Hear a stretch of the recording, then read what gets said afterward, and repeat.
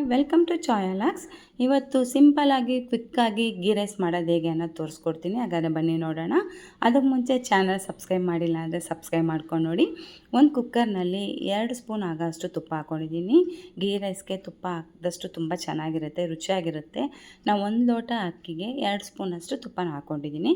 ತುಪ್ಪ ಕಾದ್ಮೇಲೆ ಅದಕ್ಕೆ ಗೋಡಂಬಿ, 3 ಲವಂಗ, ಬೇ ಲೀಫ್, ಏಲಕ್ಕಾಯಿ ಆ್ಯಂಡ್ ಚಕ್ಕೆ 3 ಇಷ್ಟನ್ನು ಹಾಕ್ಕೊಂಡು ನೀಟಾಗಿ ಹುರ್ಕೋಬೇಕು.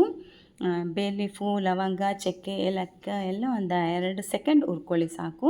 ಇದಾದಮೇಲೆ ನಾನು 3 ಹಸಿಮೆಣಸಿನ್ಕಾಯಿನ ಉದ್ದುದ್ದಕ್ಕೆ ಕಟ್ ಮಾಡಿ ಇಟ್ಕೊಂಡಿದ್ದೀನಿ. ಪೀಸಾಗಿ ಮಾಡ್ಕೋಬೇಡಿ, ಈ ರೀತಿ ಉದ್ದುದ್ದಕ್ಕೆ ಕಟ್ ಮಾಡ್ಕೊಂಡು ಇದಕ್ಕೆ ಸೇರಿಸಿ. ಅದಾದಮೇಲೆ ಈರುಳ್ಳಿನೂ ಅಷ್ಟೇ, ನಾನು ಈ ಪಕೋಡಾಗೆಲ್ಲ ಕಟ್ ಮಾಡಿ ಇಟ್ಕೋತೀವಲ್ಲ ಸಣ್ಣ ಉದ್ದಕ್ಕೆ, ಆ ರೀತಿ ಕಟ್ ಮಾಡಿ ಇಟ್ಕೊಂಡು ಸೇರಿಸ್ತೀನಿ. ಗೀ ರೈಸ್ಗೆ ಈ ರೀತಿ ಕಟ್ ಮಾಡಿ ಹಾಕಿದ್ರೇ ತುಂಬ ಚೆನ್ನಾಗಿರುತ್ತೆ. ಈರುಳ್ಳಿ ಎಲ್ಲ ಸ್ವಲ್ಪ ಫ್ರೈ ಆಗಲಿ. ಅದಾದಮೇಲೆ ನಾವು ಇದಕ್ಕೆ ರುಚಿಗೆ ತಕ್ಕಷ್ಟು ಉಪ್ಪನ್ನು ಸೇರಿಸ್ಕೊಳ್ಳೋಣ.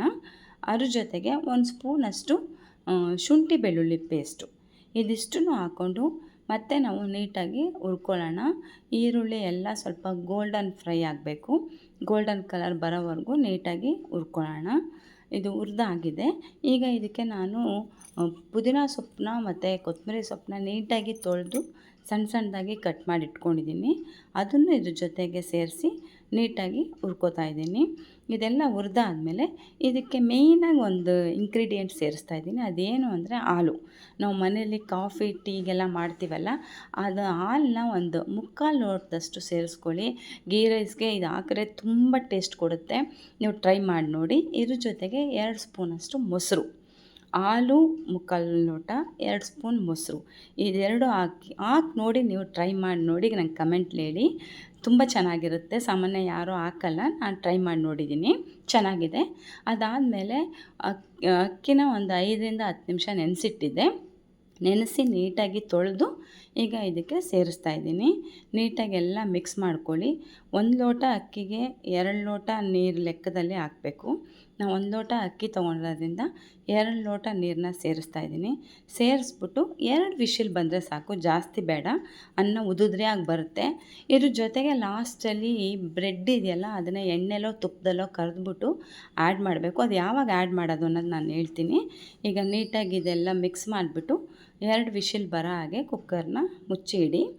ಅದು 2 ವಿಷಿಲ್ ಆದಮೇಲೆ ನಾನು ತೋರಿಸ್ತೀನಿ ಅನ್ನ ಎಷ್ಟು ಚೆನ್ನಾಗಿ ಉದುದ್ರಿಯಾಗಿ ಬಂದಿದೆ ಅಂತ. ನೋಡಿ, 2 ವಿಷಿಲ್ ಇಟ್ಟಿದ್ದೀನಿ. ಈಗ ಇದಾದಮೇಲೆ ಆಗಿದೆ. ಈಗ ಓಪನ್ ಮಾಡಿ ತೋರಿಸ್ತೀನಿ. ನೋಡಿ, ಅನ್ನ ತುಂಬ ಚೆನ್ನಾಗಿ ಉದುದ್ರಿಯಾಗಿ ಬಂದಿದೆ. ಈಗ ಏನು ಮಾಡಿ ಅಂದರೆ, ನಾನು ಮೊದಲೇ ಹೇಳ್ದಂಗೆ ಒಂದು ಬ್ರೆಡ್ ಪೀಸ್ನ ನೀವು ಎಣ್ಣೆಲ್ಲೋ ತುಪ್ಪದಲ್ಲೋ ಕರೆದಿಟ್ಕೊಂಡು ಅದನ್ನು ಚಿಕ್ಕ ಕ್ಯೂಬ್ ಪೀಸ್ ಥರ ಕಟ್ ಮಾಡಿ ಈ ಟೈಮ್ಗೆ ಅದನ್ನು ಸೇರಿಸಿ ನೀಟಾಗಿ ಮಿಕ್ಸ್ ಮಾಡಿ. ತುಂಬ ಕ್ರಿಸ್ಪಿಯಾಗಿ ಚೆನ್ನಾಗಿರುತ್ತೆ ಬ್ರೆಡ್ಡು ಒಂದೊಂದು ಬಾಯಿಗೆ ಸಿಗೋವಾಗ. ನಾನು ಈ ಸಲ ಗೀ ರೈಸ್ ಮಾಡಿದಾಗ ಅದನ್ನ ಬ್ರೆಡ್ ಇರಲಿಲ್ಲ, ಅದರಿಂದ ನಾನು ಹಾಕಿಲ್ಲ. ಲಾಸ್ಟ್ ಟೈಮ್ ಮಾಡಿದಾಗ ಹಾಕಿದ್ದೀನಿ. ತುಂಬ ಟೇಸ್ಟಾಗಿ ಚೆನ್ನಾಗಿದೆ. ಇಷ್ಟ ಆಗಿದರೆ ಲೈಕ್ ಮಾಡಿ, ಸಬ್ಸ್ಕ್ರೈಬ್ ಮಾಡಿ. Thank you watching for my channel.